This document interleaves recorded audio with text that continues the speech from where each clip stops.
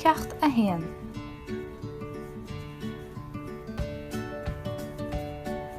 Ceacht an Lae le Aisling ní Bunabhain.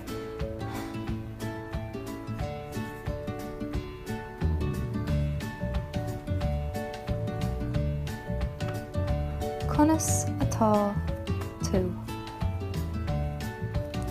Conas atá tú. Tá mé. Tá mé.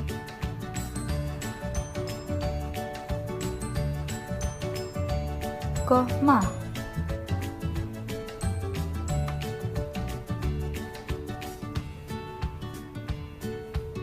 Go donna.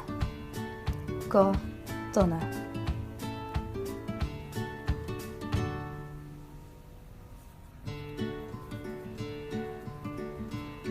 Go díal nó anamha.